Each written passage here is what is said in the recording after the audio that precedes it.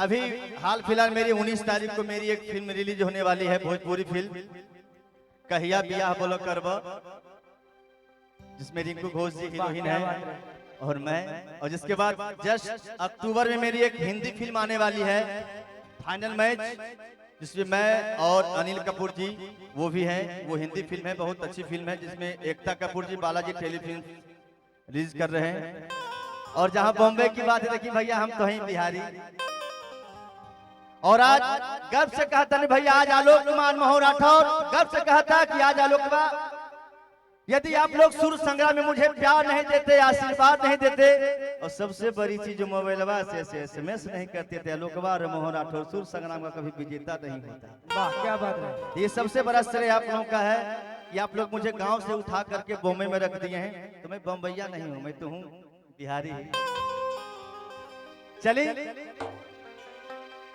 बहुत सारे सिंगर भी आए हुए हैं, हमारे मोहन राठौर जी भी आए, भाई हैं राकेश मिश्रा जी भी अच्छे खासे एक्टर आपके बीच वो भी आए हुए हैं, और बाकी श्रीपाल भैया महिपाल भैया का क्या जमाना है। वाह हे हे हे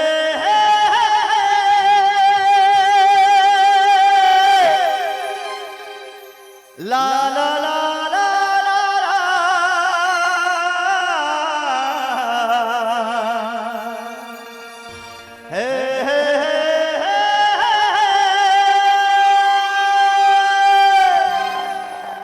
अभी हाल फिलहाल हम दबंग फिल्म आई थी सलमान खान की, वो आपने देखा होगा। दबंग 2 भी देखा होगा सलमान खान की, और दबंग 3 आ रही है, उसमें मैं एक गाना गाया हूं सलमान खान के लिए। एक बार हमरा खाती तो तलिया बजा दी। हो हम यार हैं तुम्हारे, हो दिलदार हैं तुम्हारे, हमसे मिला करो, हो पर तुम मिला करो। जा मैंने भी प्यार किया है। आई वो गाना हमारे बड़ा हिट भेल रहे सूर्य संग्राम में, कि जब भी किसी के दिल में समाती है लड़कियां, दांतों तले उंगलियां दबाती है लड़कियां, कि पहले तो अपना दोस्त बनाती है लड़कियां, कि पहले तो अपना दोस्त बनाती है लड़कियां, फिर खूब बेवकूफ बनाती है लड़कियां। तो ये देखो भैया, प्यार में बड़ा कष्ट होला है ना। मनोज तिवारी भैया बोलत रह गया, तो केहू से प्यार करत रहे का बचपन में जब 9 बरस के रहे क्या करिए, वही जमाना है। अब गायकी मांगे चली, वो गाना बड़ा हिट भइल है, बहुत आदमी के फरमाइशो बा कि ओढ़नी के रंग पियरी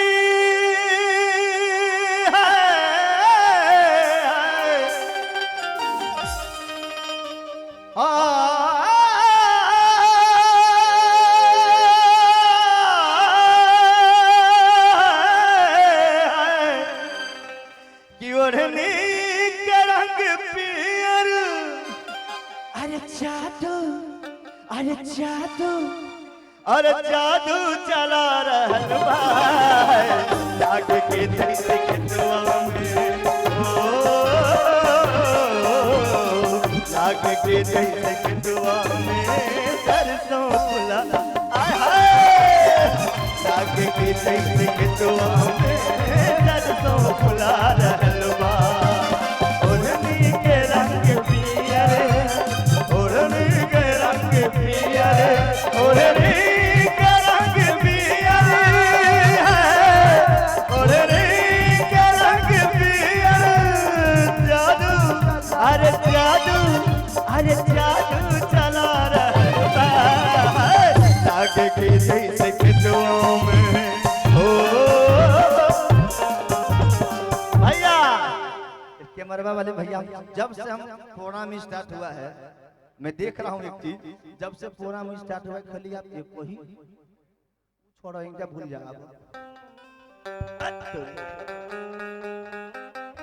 घुमाओ उधर घुमाओ। जय भैया, हाथ बात उठा दे भैया। कि लागे के जैसे खेतवा में हो, लागे के जैसे खेतवा। ताली बजाई, तालियां बजाई भैया। लागे के जैसे खेतवा में हो,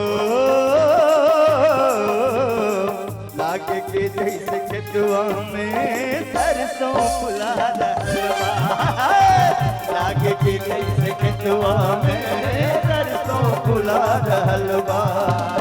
ओढ़नी के रंग पियर, ओढ़नी के रंग पियर।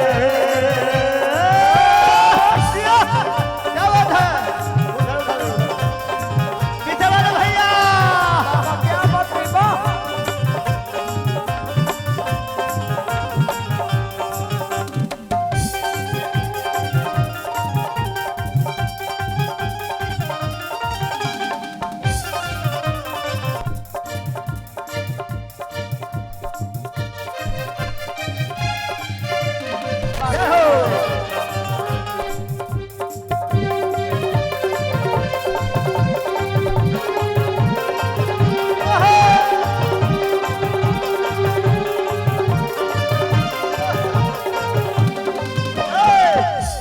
हमारे हवा के झोंका हो लहरे लखुलल के सिया हो, खुद फूल बन गइल बा खुशबू से भरल रहिया।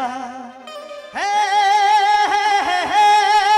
ला ला ला ला ला ला, हे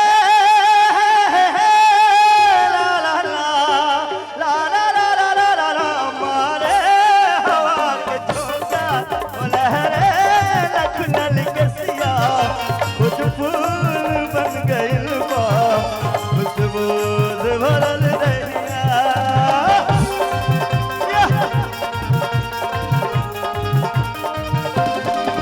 हमारे हवा के झोंका ओ लहरे लखनल के सिया, खुद फूल बन गइल बा खुशबू से भरल रहिया। इस शरीर के बनावट है,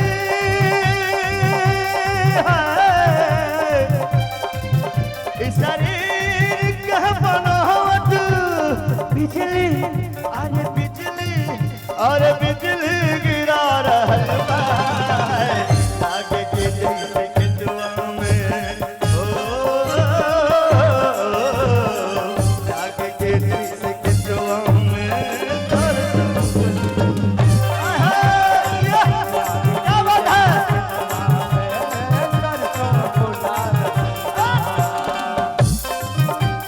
क्या बात है।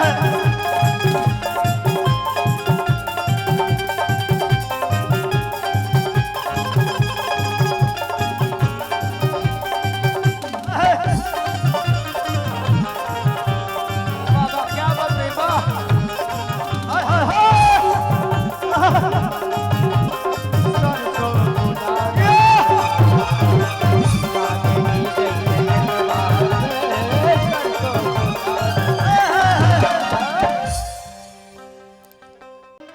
हो, जब छल से छनक जाता हो, लागे कि कौनो भौरा बगिया में गुनगुनाता। हे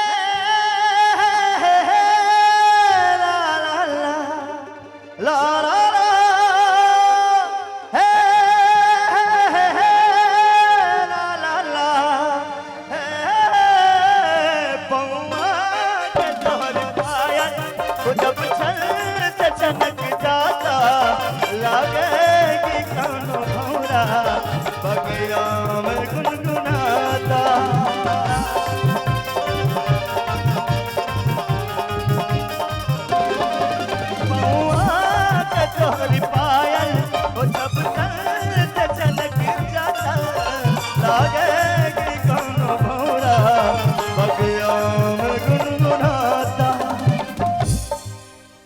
हाय मुस्कान तोहर दिल के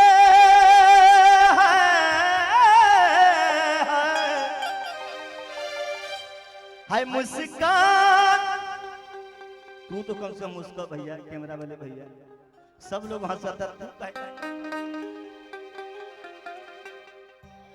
आप ही करता धरता है, आप भी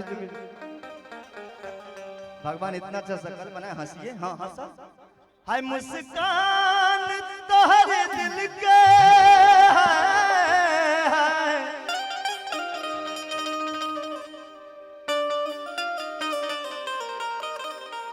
माननीय हमारे विधायक प्रतिनिधि बाबू कृष्णा जी, रमेश बाबू की तरफ से ये 1001 रुपये का उपहार स्वरूप मिला है, आशीर्वाद स्वरूप। मैं चाहूंगा एक बार जोरदार ताली बजा दी भैया। एक लाइन जब पैसा मिला था ना, एक दोस्ती पे याद आ गया। कुछ भी नहीं रहता दुनिया में लोगों की, रह जाती है दोस्ती। जिंदगी का नाम दोस्ती, दोस्ती का नाम जिंदगी। तो जिंदगी का नाम दोस्ती, दोस्ती का नाम जिंदगी। बस आप लोग इसी तरह एक दूसरे से प्यार आशीर्वाद लेते रहिए। यही तो दुनिया है भैया, और क्या है जीवन में। क्योंकि आज की बात फिर नहीं होगी, क्योंकि कल किसी ने भी देखा, कल किसी ने भी नहीं देखा। आज की बात फिर नहीं होगी, ये फिर मुलाकात फिर नहीं होगी। ऐसे बादल तो बहुत आएंगे, ऐसे बादल तो बहुत आएंगे, ऐसी बरसात फिर नहीं होगी। तो कल किसी ने देखा, आज आपको छुट्टी है तो आज आप आ गए। कल हो सकता है आप दिल्ली रहें, बिहार रहें, मौका न मिले, बस मुकदमा पूरा कर देते नहीं ना। कि मुस्कान तोहर दिल के, अरे धड़कन, अरे धड़कन, अरे धड़कन बढ़ा रहल आगे के जैसे किस्मों में। भैया ये गरमा आखिरी बातें कम से कम सब लोग ताली बजावा, तो हम देखो तो नहीं अति से इनोवा से बैठ के हो। जब सब मने अब झूम रहे तो हमारा मने काहे।